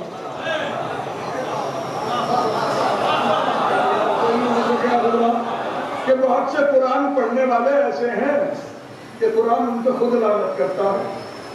وہ کون لوگ ہیں؟ ظاہر سی بات ہے، جب آیات تطہیر پڑھے گا اور آل محمد کی تطہیر کا قائل نہ ہو تو قرآن لعنت نہیں کرے گا تو کیا کرے گا؟ آل محمد کی عداوت دل میں رکھے گا اور پھر پڑھے گا قُلْ لَا أَسْأَلُكُمْ عَلَيْهِ أَجْرًا إِلَّا الْمَوَدَّةَ فِي الْقُرْبَى تو قرآن لعنت نہیں کرے گا تو کیا کرے گا؟ بتائیے توجہ. لیکن اگر محمد آل محمد کی محبت دل میں رکھ کے ان کی ولایت دل میں رکھ کے اگر کوئی ایک آیت پڑھے میرے مولا فرماتے ہیں کہ اسے 100 شہیدوں کا ثواب. تفسیر پڑھنا ذمہ داری کے ساتھ جسے دیکھنا ہو وہ آ کے دیکھ سکتا ہے میرے پاس. توجہ 100 شہیدوں کا ثواب میں نے ایک آپشن بتایا ہے بہت سارے آپشنز میں سے. توجہ قرآن میں کتنی آیات ہے؟ 6600 سے زیادہ. توجہ اور پھر توجہ یعنی مجھ جیسا آدمی آل محمد کی محبت اپنے دل میں رکھ کے اگر ایک آیت کی تلاوت کرے تو ہر آیت پہ 100 شہیدوں کا ثواب ہے. اور یہی قرآن اگر جناب سلمان پڑھے نہ ابھی بھی بات نہیں ہے. یہی قرآن اگر خود قرآن پڑھے یہی قرآن محمد آل محمد کی ولایت اپنے دل میں رکھ کے میں پڑھوں اللہ تو اس میں تو ہر آیت پہ 100 شہیدوں کا ثواب. اور خود قرآن اگر قرآن پڑھے تو کیا مرتبہ ہوگا؟ صادق آل محمد قرآن ناطق ہے یا نہیں؟ سب کے سب بتاؤ جس کا یقین ہے. یقین ہونا بھی چاہیے. اگر اس پہ کسی کا یقین نہ ہو اسے ہاتھ لگا کے پاک کرنا واجب ہے. کیا کہہ رہے ہیں آپ کے سامنے؟ مولانا صاحب فقہی مسئلہ بتایا میں نے. سردار پڑھو محمد آل محمد پر.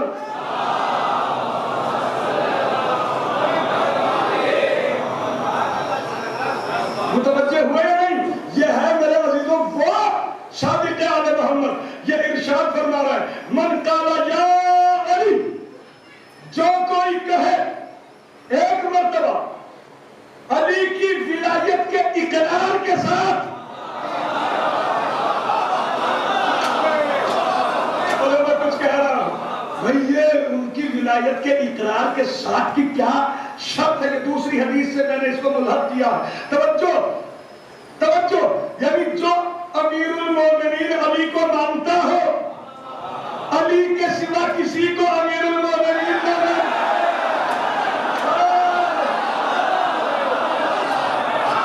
ولایت کے اقرار کا مطلب یہ ہے کہ جو علی کو صدیق اکبر مانتا ہو علی کے سوا کسی کو صدیق اکبر نہیں مانتا ہو. علی کو جانشین مصطفیٰ مانتا ہو خلیفہ بلا فصل مانتا ہو ان کے بعد حسن کو مانتا ہو اس کے بعد حسین کو مانتا ہو. تسلسل کے ساتھ جو ہے وہ آخری امام کو مانتا ہو. توجہ ان کا جانشین. توجہ یہ ہے ولایت کا اقرار. من قال یا علی کیا کہ جو کوئی ایک مرتبہ کہے کیا شرما کے وقت ہو یار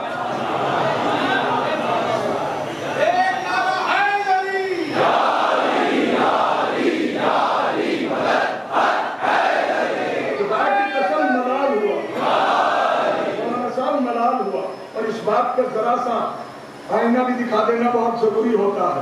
کبھی کبھی اسی لیے بیٹھتے ہیں ممبر پہ. چبلا اتنی حیرت کی بات ہے میڈیا کو سب کے سب دیکھ رہے ہیں اچھی طریقے سے.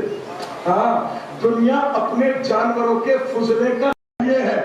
اس حدیث کے ترجمے پہ ساری پوری کی پوری تمہید بنا کے اڑیل کے رکھ دی ہے میں نے آپ کے ذہن کے اندر کہ اگر محمد آل محمد اپنے دل میں رکھ کے کوئی ایک آیت پڑھے 100 شہیدوں کا ثواب. اگر خود قرآن پڑھے تمہید تو یہی تھی. اب حدیث کا ترجمہ سنو. قبلہ موجود ہے میرے بھائی موجود ہیں، اللہ اہل بیت کے صدقے میں ان کی عزتوں میں اضافہ فرمائے۔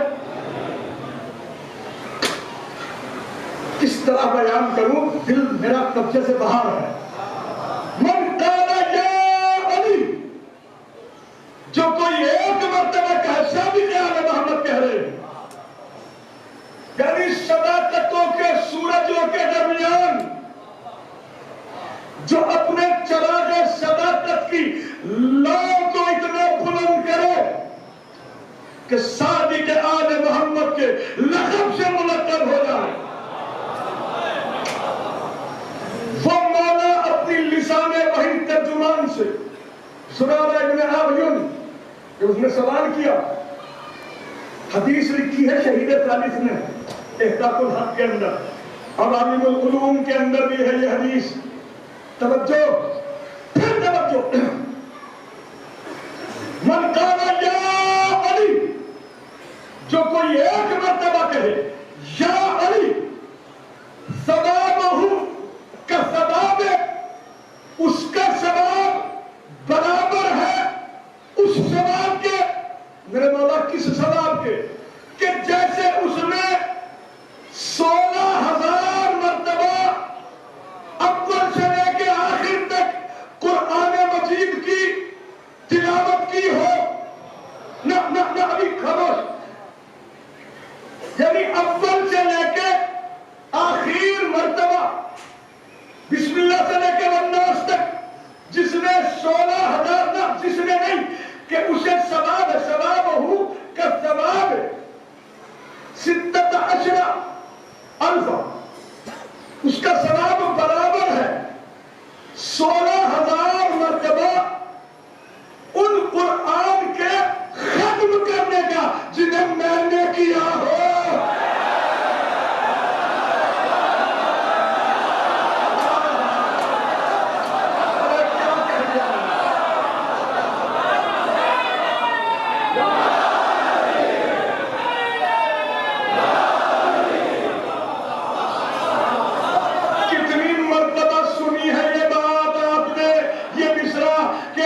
شاید میں بلا وجہ نہیں کہہ دیا یہ کہ ولی ہو گئے یا نہیں کہنے والے۔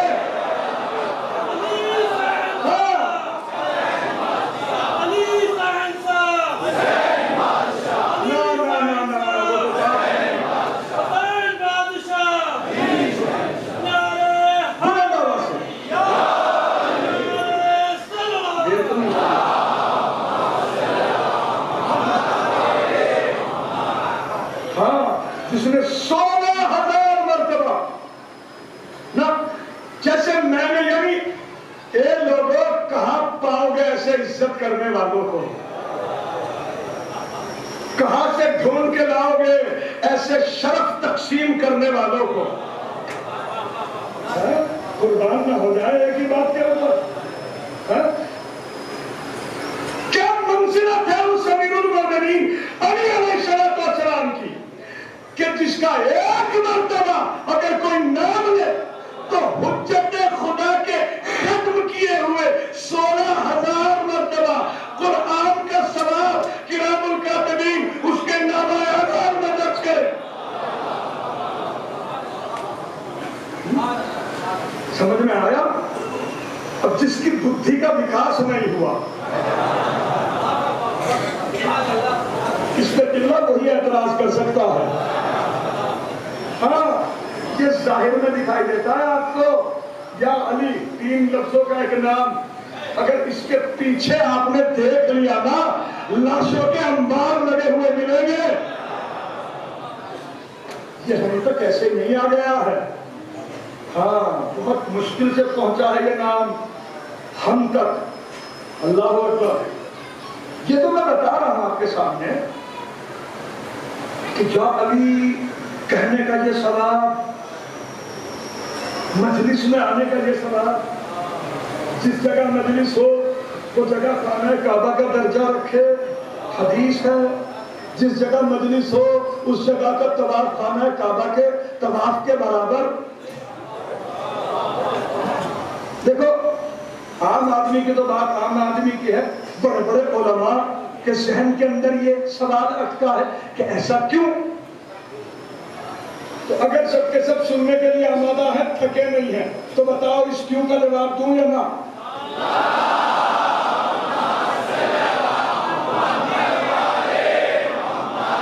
قبلہ اس کیوں کا جواب سنیے کہ کیوں ہے یہ اتنا شرف فرش عزا پہ آنے کے بعد آپ کو کیوں دیا گیا ہے؟ سرخاب کے پر ہیں ہماری بغلوں کے اندر، کیا ہے ہم؟ قبلہ ایک بات اور میں ہر مجلس میں پوچھتا ہوں، یہ بات تو رسمن پھر پوچھ لیتا ہوں، کیا پریشانی ہے؟ ایک پرجاتی ایسی وجود میں لائی جا رہی ہے فیس بک کے واٹس ایپ کے مادھیم سے کہ جن کے ذہن کے اندر یہ خیال ہے کہ آئی ایم نجات یافتہ مائنس عزاداری۔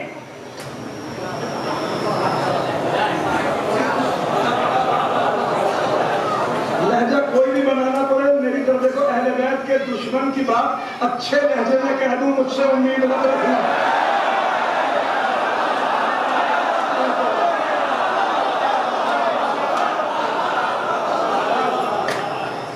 گلزار بھائی، اچھے لہجے تو اچھے ہی لوگوں سے بات کرنے کے لیے ہوتے ہیں۔ وہ تو عزاداری پہ اعتراض کرتے ہوئے نہ تھکے، میں اس کی نقل اتارنے میں بھی شرماؤں کیوں؟ کیا لگتا ہے جی میرا وہ؟ توجہ کہ ہم نجات یافتہ ہیں مائنس عزاداری، یعنی عزاداری کو چھوڑ کے۔ جتنے میرے سامنے الحمدللہ بیٹھے ہیں، اللہ سلامت رکھے، سب چہرے خوشی کے ساتھ دمک رہے ہیں فضائل نبی سن کے۔ ان سے ایک سوال کر رہا ہوں کہ عزاداری کو اپنی زندگی سے ہٹا کے مجھے یہ بتاؤ کہ تم ہو کیا؟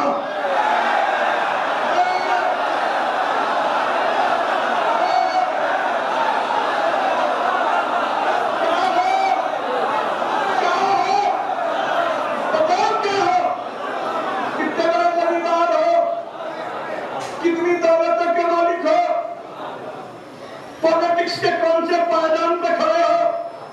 کون جانتا ہے تمہیں؟ کیا مقام ہے تمہارا؟ توجہ، حیرت کی بات یہ ہے میرے عزیزوں، اگر عزاداری کو اپنی زندگی سے ہٹا دو گے تو اپنے آپ کو آدمی ثابت کرنا مشکل ہو جائے گا۔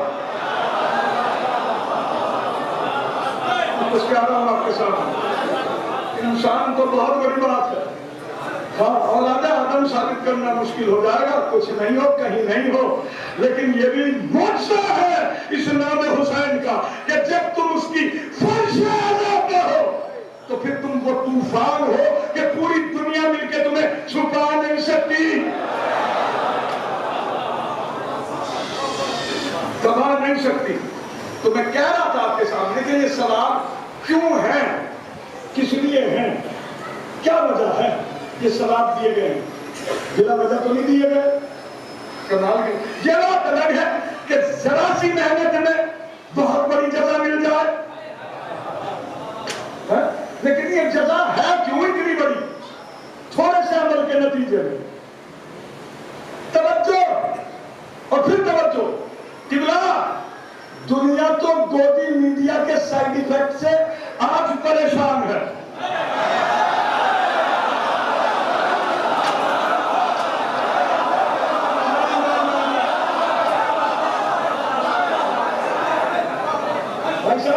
دنیا تو گودی میڈیا کے پرکوپ سے آج وچلت ہو کے جو ہے وہ ٹیلی ویژن پہ ڈسکس کر رہی ہے، گودی میڈیا نے یہ کر دیا، گودی میڈیا نے یہ کر دیا، گودی میڈیا نے یہ کر دیا۔ حالانکہ جس نے اس کا نام گودی میڈیا رکھا ہے، اگر میرے سامنے اس نام کو وضع کرتا تو اس میں بھی کرپشن کرتا، میں یہی کہتا گودی میڈیا غلط، سقیفہ میڈیا کہو۔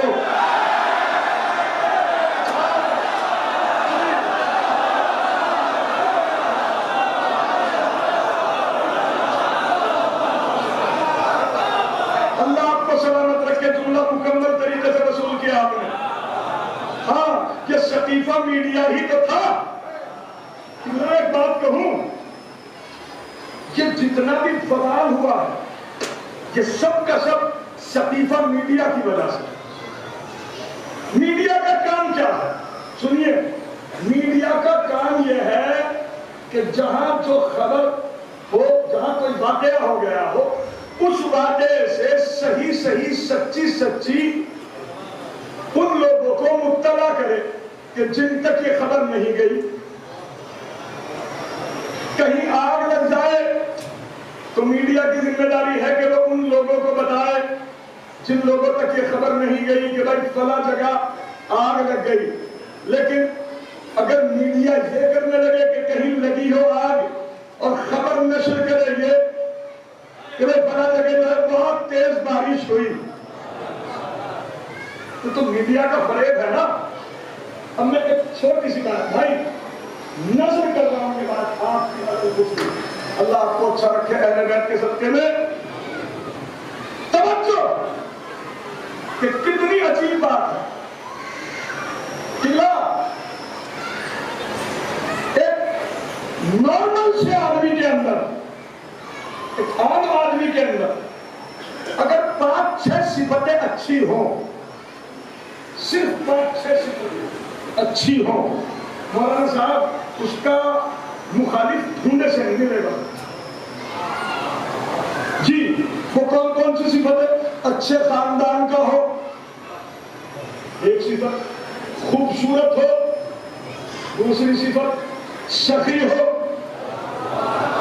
کہ کوئی مانگنے کے لیے قرض آ جائے تو بغیر واپس لینے کی نیت سے اسے قرض بھی دے دے، تیسری صفت نہ کسی کی برائی کرتا ہو نہ سنتا ہو، وفادار ہو، مہمان نواز ہو، ایسا کہ 500 لوگ بھی اگر آ جائیں کھانے کے وقت سب کے ہاتھ دھلوا دے۔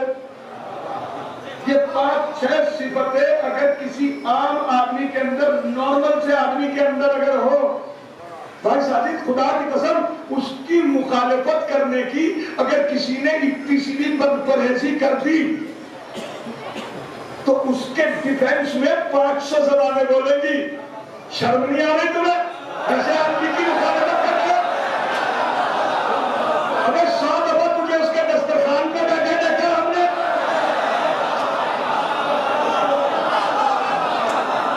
آپ سب کا اٹھنا چاہیے، تھک گیا ہوں میں، اور جب تک آپ کو بھی تھکاؤں گا منبر سے نہیں اتروں گا۔ چلنا پڑھو محمد آل محمد۔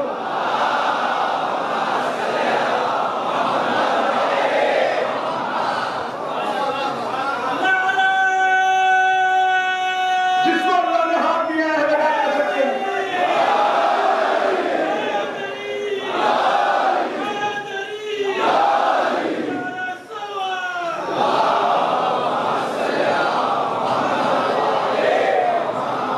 یعنی اگر کسی نارمل آدمی کے اندر 5 صفتیں اچھی ہو، 6 صفتیں، اس کا مخالف ڈھونڈنے سے نہیں ملتا، اس کی طرفداری میں کتنی وکالت کرنے والی زبانیں چلیں گی، کیا شرم نہیں آتی ایسے آدمی کی مخالفت کرتے ہیں؟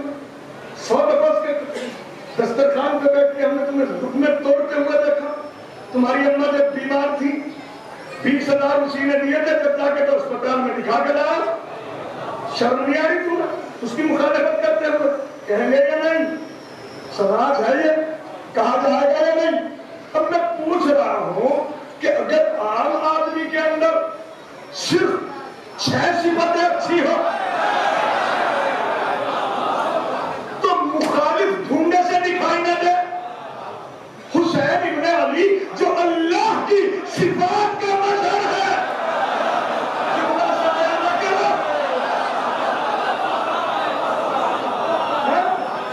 جو اللہ کی صفات کا مظہر ہے، اگر مائک اچھا ہوتا تو اس بات کو اور وضاحت کے ساتھ کہتا، لیکن پھر بھی اسی میں صبر کرو بس کہ حسین ابن علی وہ کہ جو ذات میں محمد ہو، جو صفات میں احمد ہو، جو درجات میں علی ہو، جو جملہ صاحبان بصیرت کے لیے جو درجات میں علی ہو، جو تنہائیوں میں اپنی ماں کی طرح معصوم ہو،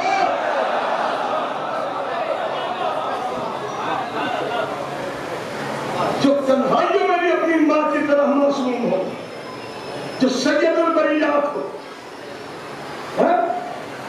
جو مومنین کی جنت ہو، اس حسین نے کیا قصور کیا تھا کہ دنیا ایک طرف، 72 ایک طرف. بگاڑا کیا ہے حسین نے؟ آیا تطہیر کے تناظر میں کسی کے اندر یہ دم نہیں ہے کہ حسین کے اندر کوئی نقص نکال کے دکھائے. پھر کیوں مخالفت ہوئی حسین کی؟ یہ ہے میرا سوال.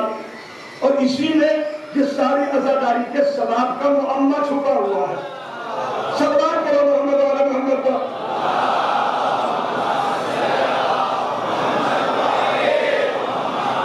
دیکھو بھائی اب جو ہے وہ ایسا مت کیجیے کہ مجھے یہ احساس ہونے لگے کہ میرے ساتھ ساتھ آپ بھی تھک گئے ہیں. تھوڑا سا احساس دلاؤ.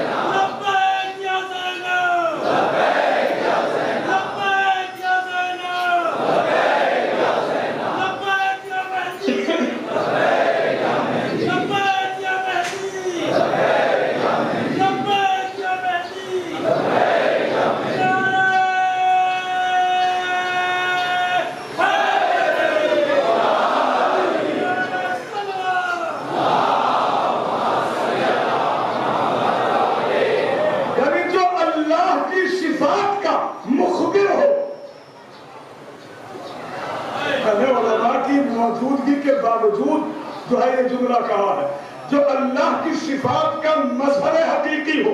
اس حسین نے کیا بگاڑا ہے جناب دنیا کا کہ دنیا سب کی سب ایک طرف ہو گئی. سمجھ میں آیا؟ یہ ہے کس کا کمال؟ یہ کمال ہے. اور کمال کو میں نے غلط کہہ دیا. یہ سوال ہے سطیفہ میڈیا کا کہ انہوں نے پوری دنیا کو سوال میں ڈال دیا. 72 ایک طرف، لاکھوں ایک طرف، 72 ایک طرف. یہ بھی کمال کی بات ہے بھائی صاحب. عجیب بات ہے کہ ایک طرف 72 اور ایک طرف لاکھوں. دنیا پھر بھی 72 کو لشکر کہے.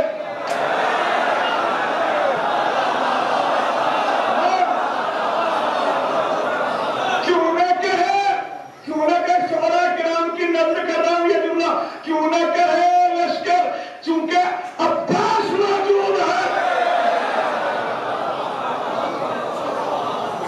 جس کی موجودگی میں کوئی حسین کے خیمے گننے پہ قدرت نہ رکھتا ہو. وہ حسین کے لشکر میں ایک جملہ دل چاہ رہا ہے کہ جناب عباس کی منفرت میں کہہ دوں. جملہ بہت آسان ہے. کسی ایسے لشکر کی قیادت کر لینا کہ جس میں اوباش بھی ہو، بدقماش بھی ہو، کلاش بھی ہو. اس لشکر کو لیڈ کرنا الگ بات ہے.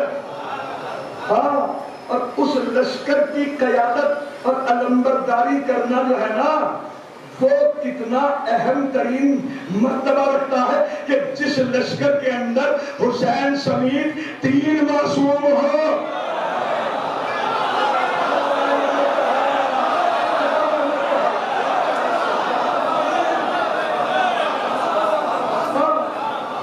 میں نے تو بہت بڑی بات پڑھی ہے.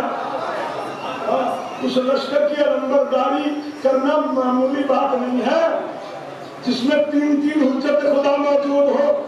اور اس سے بڑی بات سنیے کہ سر حسین سمیت جس قافلے میں 3 حجت خدا موجود ہو اس کی لیڈری کرنے والی ہے جناب زینب کبریٰ. اس کی قیادت کرنے والی ہے جناب زینب کبریٰ. ہے کائنات میں دونوں بہن بھائیوں کا جواب ہے. تو یہ گودی میڈیا نہیں سطیفہ میڈیا نے اس قدر برگلایا ہے لوگوں کے ذہنوں کو. جگہ جگہ یزید کے گماشتے حسین ابن علی علیہ السلام. اچھا اس کے جتنے بھی دسترخوان پہ جو ہے وہ کھانے پینے والے جتنے بھی علماء تھے، علماء تو نہیں کہہ سکتا، علماء تھے، انہوں نے بھی باقاعدہ فتوے دینا شروع کیے کہ حسین واجب القتل ہے۔ اچھا، قرآن مجید کی آیت ہی پیش کی ہے، قاضی شریح اس بات کا گواہ کیا کہ اطیعوا اللہ واطیعوا الرسول واولی الامر منکم، اطاعت کرو اللہ کی، اس کے رسول کی اور اولی الامر کی۔ لہذا آج کا اولی الامر جو ہے وہ یزید ہے، جو یزید کی مخالفت کرے گا وہ واجب القتل ہے۔ کتنا آسانی سے فتویٰ دے دیا حسین کے قتل کا، تعجب ہے۔ اچھا، لوگوں نے مان بھی لیا، اور پھر کیا، یعنی اسی ذہن میں یہ مفروضہ کھڑا گیا کہ حسین تو مخالف قرآن ہے۔ جگہ جگہ کنوینسنگ کی جا رہی ہے، لوگوں کو باقاعدہ سمجھایا جا رہا ہے کہ قرآن کے دشمنوں سے ہماری جنگ ہے، قرآن کے دشمنوں سے ہماری جنگ ہے۔ لوگ ذوق در ذوق جو ہے وہ یزید کے لشکر میں بڑھتے چلے جا رہے ہیں، سب کے سب اس نیت سے کہ ہم تو اسلام کے مخالفین سے جنگ کرنے کے لیے جا رہے ہیں۔ حسین ابن علی نے بھی بالکل ان کو ڈھیل دی، اسی طرح جیسے اللہ نے شیطان کو ڈھیل دی ہے۔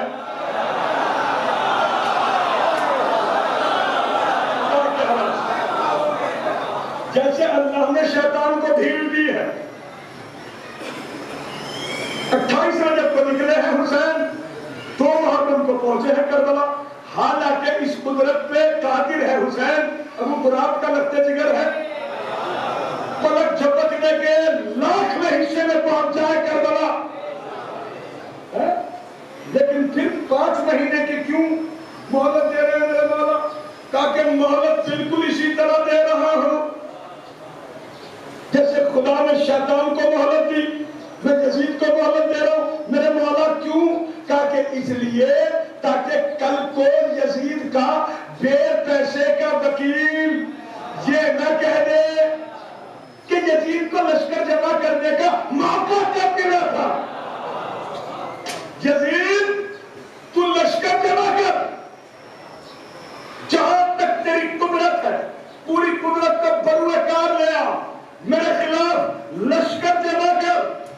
اس لیے کہ جب میرے نانا نے میرے باپ کی ولایت کا اعلان کیا تھا غدیر خون کے میدان میں، لشکر جمع کیا تھا، جو آگے چلے گئے تھے پیچھے بلایا تھا، جو پیچھے رہ گئے تھے انتظار کیا تھا، اور منبر پر جانے کے بعد کہا تھا من کنت مولا ہو فہذا علی المولا۔ اب یہ ضروری نہیں کہ لشکر ہر دفعہ ہم جمع کریں گے،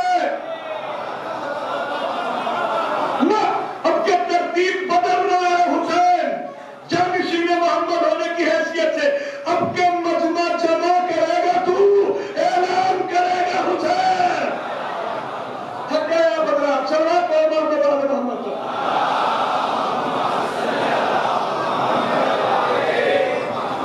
ہاں، حسین ابن علی کو اس لمحے کا انتظار رہا۔ کس لمحے کا انتظار؟ کہ یہ میرے سر پر تن سے جدا کرے۔ جب سے حسین موقع نیزہ کے منبر پہ آئے، یزید ہار گیا۔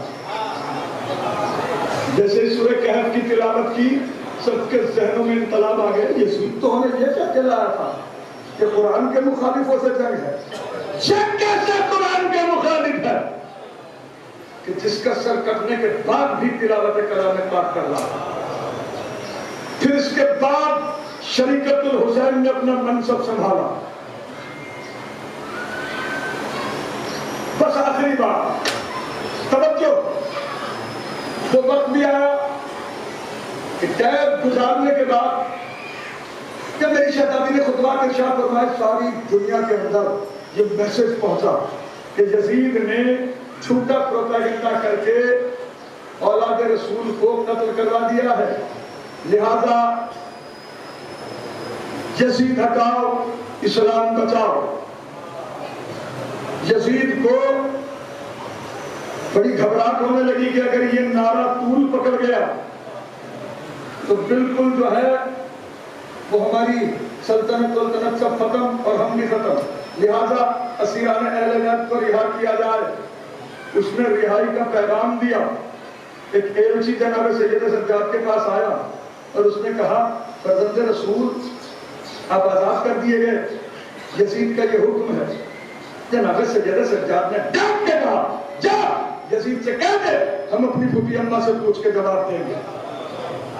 جناب سید سجاد آئے، پھوپھی اماں یزید کا ایلچی آیا تھا اور اس نے کہا کہ ہم آزاد کر دیے گئے، آپ کی کیا رائے ہے؟ یہ کون کہہ رہا ہے قبلہ؟ جناب سید سجاد جو امام ہے۔ اب یہ لفظ کہتے ہی سارے اختیارات امامت جناب زینب کی طرف منتقل ہوئے یا نہیں؟ صاحبان بصیرت سے بات کر رہا ہوں یہاں، بالکل تھک کے بیٹھ گیا تو میں کیا کروں؟ سلام پڑھا نام اللہ محمد پر۔ اس کو اللہ نے آواز دی، بس آخری بات توجہ دل لگا کے سن لینا، اسی بات کے لیے یہ پوری مجلس کا نچوڑ بتا رہا ہوں کہ یہ سارے کے سارے ثواب ہیں کیوں؟ فرض اعضا کے یہی تو معاملہ سلجھانا ہے مجھے۔ اب کیا ہوا جناب؟ جناب زینب کبریٰ سلام اللہ علیہ نے کہا میرے لال یزید سے کیا لوا دے، ابھی تک میں حسین پر رو نہیں سکی۔ یہ بیوی جب آپ کے سامنے حسین کے سر کو تن سے جدا کیا جا رہا تھا، کیا آپ نہ روئی ہوگی؟ بالکل روئی۔ کیا کربلا سے چلتے ہوئے نہ روئی ہوگی؟ کوئی لمحہ بتائیے بعد شہادت رسالت مہار کہ بی بی ایک لمحے کے لیے چپ رہی ہو؟ پھر بھی نے یہ بات کیوں کہی کہ ہمارے لیے ایک مکان کا انتظام کیا جائے؟ میرے عزیزوں بس یہی بات سنانا ہے کہ ہمارے لیے ایک مکان کا انتظام کیا جائے۔ اب یہ حسین کی شہادت کے بعد بی بی نے ایک مجلس کا انعقاد کیا۔ یہ مجلس کا انعقاد نہیں کیا جا رہا ہے بلکہ جناب زینب کبریٰ نے ایک میڈیا کا گٹھن کیا۔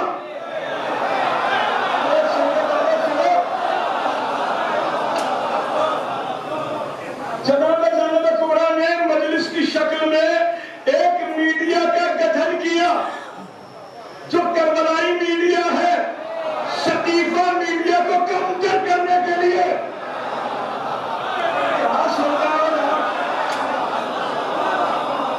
شکیفہ میڈیا کو رد کرنے کے لیے کربلائی میڈیا کا انعقاد کیا اور اعلان کیا کہ سنو، جو بھی حسین کی محبت کا دعوے دار ہے اس کے لیے واجب ہے کہ وہ اس سنستھا کو جوائن کرے،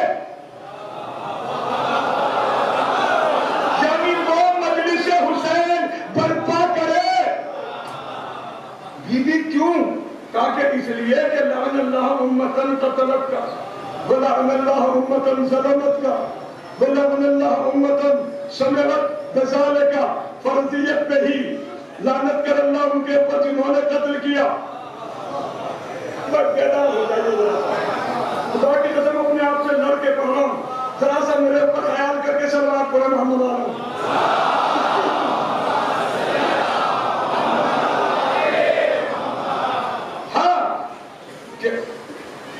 قتل کرنے والے بھی سمجھ میں آ رہے ہیں، ظلم کرنے والے بھی سمجھ میں آ رہے ہیں کہ اللہ لعنت کر قتل کرنے والوں کے اوپر، ظلم کرنے والوں کے اوپر اور ان کے اوپر کہ جنہوں نے قتل حسین کو سنا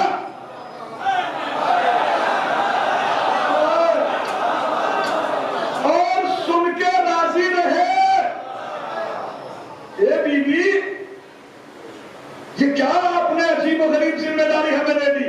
کہا کہ اگر ہمارے چاہنے والے ہو تو اس ذمہ داری کو نبھانا، وگرنہ میرے ماجائے حسین کا نام لینا چھوڑ دینا۔ اس لیے کہ جو قتل کرنے والے تھے وہ بھی چلے گئے، جو قتل ہونے والے تھے وہ بھی پردہ فرما گئے، لیکن جو لوگ اس قتل پہ راضی ہوئے ان کا دائرہ ہے بہت وسیع۔ تمہاری ذمہ داری یہ ہے کہ تم انہیں ڈھونڈ کے لاؤ۔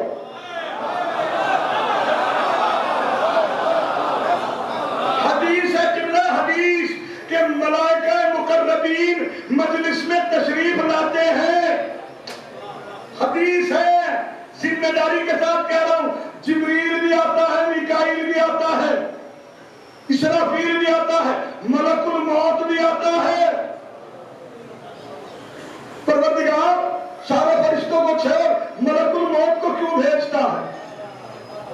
کہا کہ جتنے بھی زیرو ہیں وہ مجھ تک پہنچیں گے وایا ملک الموت.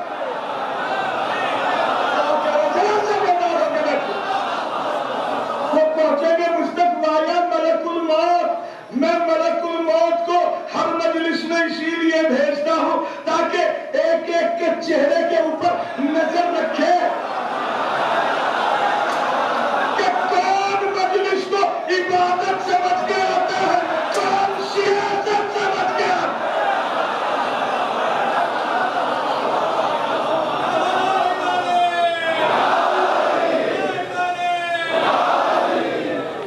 تمہاری ذمہ داری یہ ہے کہ ڈھونڈ کے لو میرے ناجائز کسی عام آدمی کا تھانے دار اس پہ رشوت کھا لے, قتل نہ کھولے, کیا ہوگا؟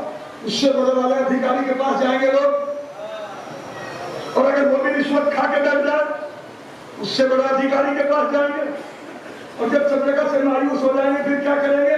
پردرشن.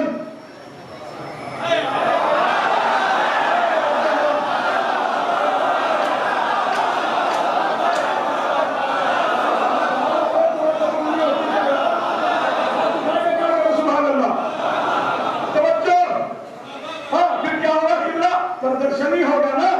اب پردرشن میں کیا کرتی ہے دنیا کہ بھائی ریل لے کے ٹریک پھاڑیں گے, لوگوں کی دکانوں میں آگ لگاتے ہیں, گاڑیاں پھونکتے ہیں, دنیا کو پریشان کرتے ہیں. یہ تو ہے جاہلوں کا پردرشن.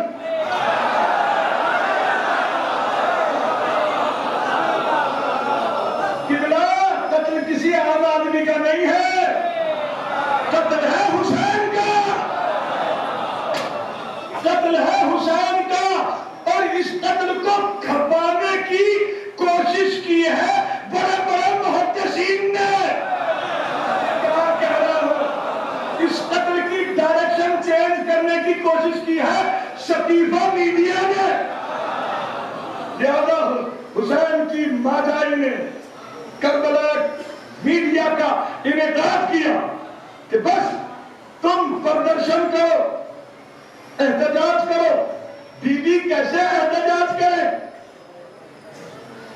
احتجاج میں تو بھئی دنیا جو احتجاج کرتی ہے وہ لوگوں کو ستاتی ہے. کہیں راستے جام کر دیے, کہیں سڑکیں کھود ڈالی, کہیں بجلی کاٹ دی, کہیں کسی کو پریشان کرنا شروع کر دیا. خبردار, یہ جو تم پردرشن کرو گے, یہ جو تم احتجاج کرو گے, یہ احتجاج ایسا ہونا چاہیے کہ کسی دوسرے کو نقصان نہ پہنچنے پائے. بیوی پھر کیسے کربلا کربلا حق کا سیدھا راستہ, کربلا کربلا حق کا سیدھا راستہ, بس یاد کریں کربلا کربلا حسین جس کا بادشاہ, کربلا بلند آواز سے کربلا کربلا حسین جس کا بادشاہ, کربلا کربلا جائیں گے انشاءاللہ, کربلا کربلا جائیں گے انشاءاللہ, کربلا کربلا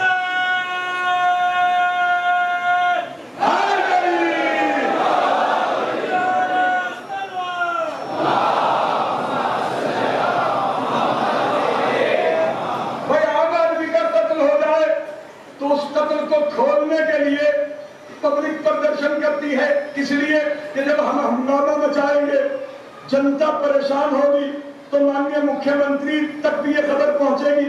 جب وہ اس خبر کو دیکھیں گے تو پولیس کو گڑبڑا دیں گے, بھئی یہ کیس کھولو. یہی ہے نا مقصد پردرشن کا, تو یہی ہوتا ہے نا.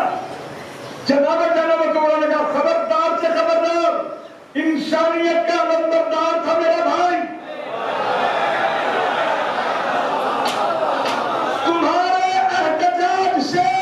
کسی دوسرے انسان کو نقصان نہیں پہنچنا چاہیے.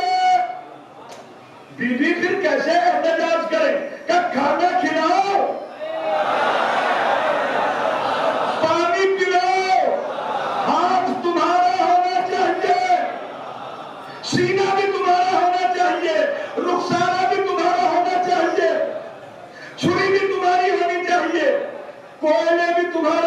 چاہیے، اس پہ چلنا بھی تمہیں چاہیے۔ اے بی بی، کوئلے بھی ہم دہکائے اور اس پہ چلے بھی ہم تو یہ تو ہمیں تکلیف ہوگی، کہ ذہن ہے تمہارا، ذہن ہے۔ بی بی، ہاتھ ہمارا ہوگا، سینہ ہمارا ہوگا تو چوٹ تو ہمارے سینے پہ لگے گی یا نہیں؟ کہ ذہن ہے، غلط ہے کہ ارے ہاتھ ہوگا تمہارا، پڑے گا تمہارے سینے پہ، درد ہوگا کہیں اور۔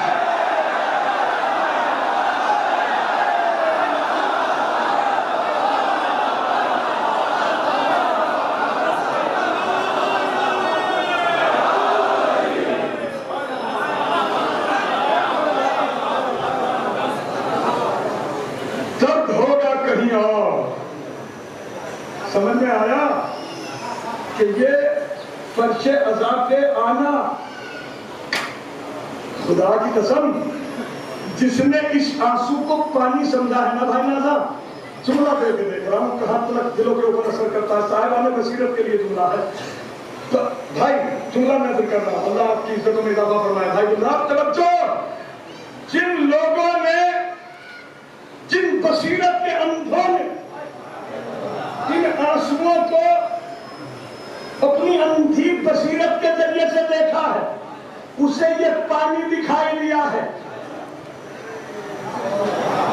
لیکن جو صاحبان بصیرت تھے جنہوں نے اس آنسو کے پیچھے جھانک کے دیکھا ہے، تو سنو ان کے نزدیک یہ آنسو کیا ہے؟ جب یہ آنکھ سے نکل کے رخسارے تک کا سفر کرتا ہے، جانتے ہو کہ یہ آنسو آنکھ کے اندر آ کے جب رخسارے تک سفر کرتا ہے تو ایک بنی امیہ کی حکومت کو رونتا ہوا آتا ہے، یہ بنی عباس کی سلطنت کو اس کو نابود کرتا ہوا آتا ہے، یہ وہابیوں کی وہابیت کو یہ اس کو نابود کرتا ہے۔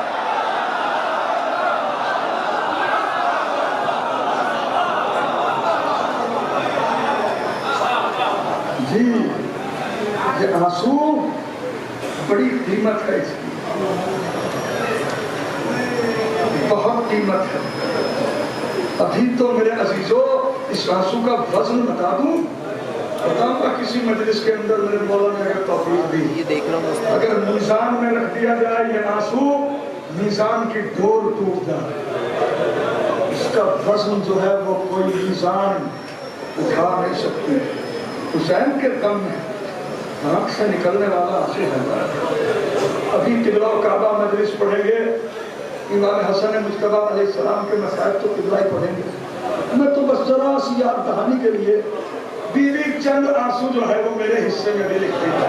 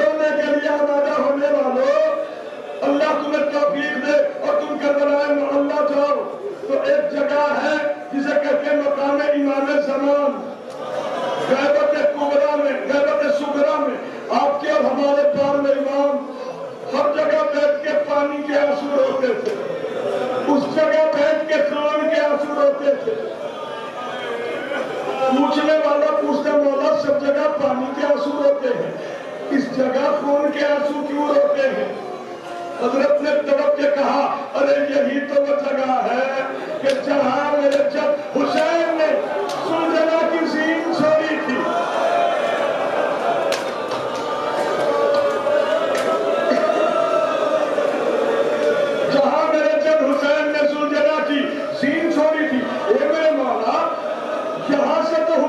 کی سجدگاہ بہت دور ہے. پھر اپنی آخری سجدگاہ تک حسین کیسے پہنچے؟ جانتے ہو کہ کیا کہا؟ کہ کبھی کوہنیوں کے بل چلتے، شرما کے نہ رو، بخل کر کے نہ رو. اور اسی لیے یہ مجلسیں کی گئی ہے کہ تم رو. تمہاری تمنا اسی لیے کی گئی ہے کہ تم رو. اپنے منصب کو سمجھو کہ کبھی کوہنیوں کے بل چلتے تھے، کبھی گھٹنیوں کے بل چلتے تھے، کبھی تڑپ کے کھڑے ہو جاتے تھے، کبھی گر جاتے تھے، کبھی گرا دیے جاتے تھے. آخری سجدگاہ تک پہنچے حسین ابن علی علیہ السلام. بالکل سانس مدھم پڑنے لگی. سکڑتے ہیں، کبھی پھیلاتے ہیں اپنے جسم مبارک کو. زیارت ناحیہ کا فکرہ کہ جبین کے اوپر ماتھے کے پسینے، جبین کے اوپر جو ہے موت کے پسینے پھوٹ رہے ہیں، اور شدت درد سے کبھی اپنے جسم ناظرین کو پھیلا دیتے، کبھی سکیب لیتے ہیں. سنان بن انس یہ دیکھنے کے لیے کہ حسین ابھی زندہ ہے یا نہیں، اس ملعون نے آواز دی حسین. کوئی جواب نہ آیا. رونے والوں اس نے پھر کہا حسین. کوئی جواب نہیں آیا. اس نے سمجھا کہ شاید حسین کی روح قبض سے منصوری سے پرواز کر گئی، لیکن ڈرا ہوا تھا، نزدیک نہیں آ رہا تھا. اس ملعون نے مکارانہ